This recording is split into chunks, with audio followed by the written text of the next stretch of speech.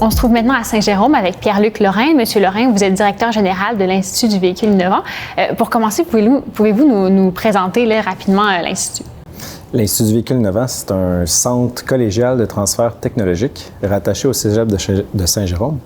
On est en format OBNL ici, donc on ne fait pas partie intégrante du Cégep, mais on est une partie de recherche du Cégep. Donc, on a une délégation de pouvoir pour faire la recherche appliquée principalement, en fait, sur des technologies véhiculaires avancées et innovantes. Au niveau des Basses-Laurentides, où est-ce que se trouve la région, selon vous, sur l'échiquier provincial du transport innovant? En fait, à l'avant-plan, depuis 20-25 ans et même au-delà, la région des Laurentides, notamment la basse région, est impliquée dans la fabrication de véhicules. On n'a qu'à penser à GM il y a plusieurs dizaines d'années. On n'a qu'à penser aux différents OEM comme Novabus qui est établi à Saint-Eustache, mais également la grande aventure que Lyon a vécue ici, mais aussi un paquet de gens qui travaillent de près ou de loin, des gens formés, et des fournisseurs aussi qui ont pris l'habitude de travailler dans ce domaine-là. Donc, je peux dire qu'on est à l'avant-plan au niveau des Laurentides à travers le Québec comme un fabricant de véhicules et fabricant de véhicules innovants aussi, grâce à l'IVI. Comment on se compare un peu, ça peut être plus au niveau du Québec, mais dans le monde, dans ce domaine-là? Il ne faut pas être gêné de notre place, c'est-à-dire qu'on a une petite place dans un créneau qui est extrêmement large. Donc, de dire qu'on domine un marché ou qu'on est leader d'un marché, je ne suis pas prêt à dire ça. Toutefois, je pense qu'on a une position, un rôle à jouer dans ce grand écosystème-là, notamment au niveau de la formation, au niveau de la recherche appliquée. Puis il y a certainement un moyen de prendre une belle part de marché, pour offrir un développement économique intéressant pour la région et le Québec, mais aussi pour contribuer justement à l'électrification des transports dans le monde et la réduction des GES en général. Dans les Laurentides, quand on parle de transport innovant, on parle des automobiles, mais pas seulement. Là, il y a d'autres créneaux. Là. Absolument. Les créneaux sont nombreux. En fait, tout ce qui bouge. On parle de la trottinette jusqu'à l'avion. Donc ici, on est chanceux. On a la zone d'innovation en aéronautique qui s'est établie de Mirabel jusqu'à Longueuil.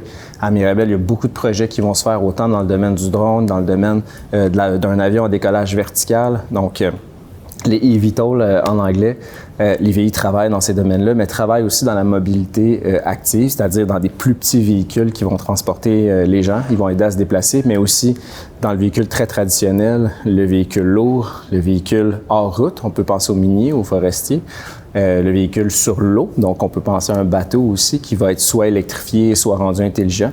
Et quand on parle de véhicules innovants en général, c'est un véhicule qui est connecté à son environnement, mais aussi qui est très intelligent, qui est capable d'aider à la décision, si on veut. Quand on parle de véhicules innovants, des fois, dans les médias, on se réfère surtout au côté électrification des transports. Est-ce que vous trouvez que, justement, le transport électrique a mauvaise presse en ce moment avec Northvolt, avec Lyon? Oui, absolument. Le transport électrique a mauvaise presse. La filière batterie a mauvaise presse. Mais pas plus tard qu'hier, depuis quelques jours, en fait, il y a des articles qui sont sortis, notamment sur Radio-Canada, qui expliquaient que la filière batterie est toujours pertinente pour le Québec. C'est encore un créneau super important. Puis c'est pas parce que deux compagnies ont été chancelantes. Là, je parle de Lyon. Northvolt a quitté, mais pour Lyon, c'est une compagnie qui est encore bien là, bien vivante, bien active. C'est pas parce qu'il y a des difficultés nécessairement que tout s'effondre autour. Comme je disais, il y a des gens formés, il y a des programmes de formation, il y a des distributeurs qui sont disponibles pour ça. Et on a un réseau d'innovation aussi au Québec qui est bien ancré, qui est bien solide, autant avec des universités comme l'ETS, mais aussi avec des cégeps là, qui ont développé une certaine expertise. Donc, je pense qu'au contraire, c'est le temps ou jamais de se rassembler ensemble puis de continuer ce grand projet-là, notamment en électrification des transports, la création de nouveaux types de véhicules. Là. Puis de changer le discours, donc. Et de changer le discours, absolument. C'est la priorité. On se relance tous ensemble. Là. On est capable de le faire. Comment vous voyez le futur là, dans les prochaines années, décennies là, pour le transport innovant dans la région? Bien, on est très unis dans les Laurentides. Avoir fait un peu le tour du Québec dans l'écosystème, les Laurentides sont reconnus pour être très fiers, très forts ensemble. Moi, ce que je souhaite pour la région, c'est d'être capable de poursuivre ça, mais avec toutes les régions du Québec, puis tout ce que tout le monde a apporté justement à contribuer à ce grand écosystème-là des transports électriques et intelligents. Donc, travailler avec les autres régions, les autres organisations qui sont dans le domaine, puis essayer de faire un tout commun au Québec. Je pense que la région va en sortir gagnante, mais tout le Québec au complet. Donc, c'est d'essayer d'être un leader positif autour de ça, puis de cesser de se compétitionner entre régions, mais plutôt compétitionner l'international. Mm-hmm. Puis là, il y a un centre, un nouveau centre. Là. Est-ce que vous pouvez nous dire quelques mots là-dessus qui devrait voir le jour? Oui, bien, le Centre de formation d'innovation là, de la MRC de la Rivière-du-Nord qui, espérons-le, va voir le jour ici à côté. Il reste encore du travail à faire pour une adoption au gouvernement, mais on espère pouvoir accueillir ce centre-là juste ici à côté à l'IVI, puis rassembler nos expertises ensemble, puis être capable d'aider davantage les entreprises à aller plus vite. Si on se compare avec d'autres pays de notre taille, par exemple la Suède, cette intégration-là est déjà faite depuis plusieurs années pour servir les grands joueurs comme Volvo, par exemple, ou même Saab, et c'est un modèle qui fonctionne. Et c'est peu cher payé quand on voit l'impact et les retombées que ça a sur les entreprises, autant du Québec que celles en Suède. Donc, moi, j'appuie fortement ce projet-là. Il faut que ça voie le jour. Et il y en a plein d'autres au Québec, des projets comme ceux-là. Je les encourage fortement parce que c'est par l'innovation qu'on est capable de se démarquer au Québec. Ça a toujours été notre force, fait qu'il faut le continuer. Est-ce que vous pouvez nous donner un exemple d'un progrès qui a eu lieu dans les Laurentides, dans les Basses-Laurentides, là, récemment, quelque chose qui donne l'espoir? Oui.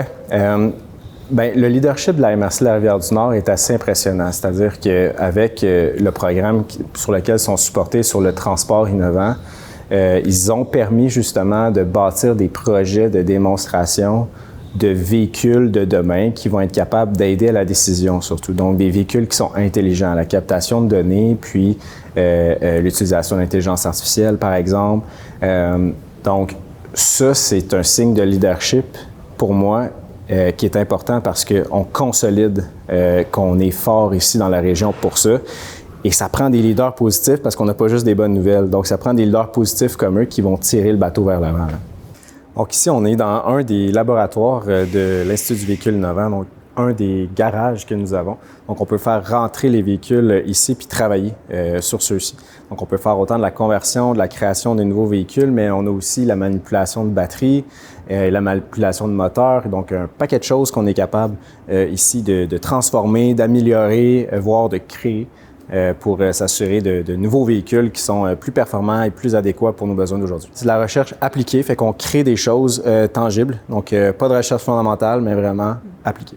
À l'IVI, on a 3 axes. Donc, on a l'axe véhicule à faible émission, véhicule connecté et véhicule intelligent. Donc, avec ces 3 axes-là, on est capable d'aller couvrir tous les types de véhicules et tout ce qu'un véhicule peut apporter dans l'aide à la décision, mais aussi dans la gestion énergétique. Aujourd'hui, un véhicule, c'est un gros ordinateur et souvent, maintenant, une grosse batterie.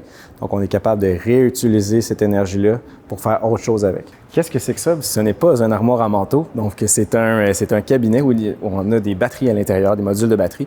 On en a 26 comme ça à l'IVI qui sont derrière dans un grand conteneur sécurisé. Qu'est-ce qu'on fait avec ça? On fait de l'échange énergétique, soit avec notre bâtiment, nos véhicules et le réseau. Donc, le but de ça, c'est de gérer ce qu'on appelle le V2X, le Vehicle to Something, le véhicule à quelque chose, pour faire de l'échange énergétique.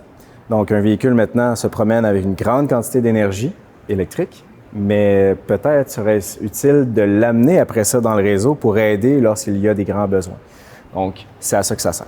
Bien, ici, on se trouve dans l'espace de travail de l'Institut du véhicule innovant. Il y a 46 personnes, autant des techniciens, des ingénieurs et du personnel de l'administration qui sont là pour soutenir au quotidien les entreprises, les organisations qui veulent faire de l'innovation dans le domaine du véhicule et supporter justement la pré-commercialisation. On sait que c'est un enjeu au Québec, mais on a besoin de ce genre d'organisation-là que nous sommes, un centre collégial de transfert technologique, pour pouvoir faire avancer les projets comme ça d'innovation au Québec. Bien, étant lié directement au Cégep de Saint-Jérôme, on va aller chercher beaucoup de techniciens, des stages et tout ça, mais on a aussi des finissants universitaires et des gens de grande expérience qui viennent travailler, puis tout ça forme un tout bien uni qui est capable d'échanger différentes connaissances puis d'offrir le meilleur ensuite à l'écosystème là, du transport électrique innovant et des véhicules innovants en général.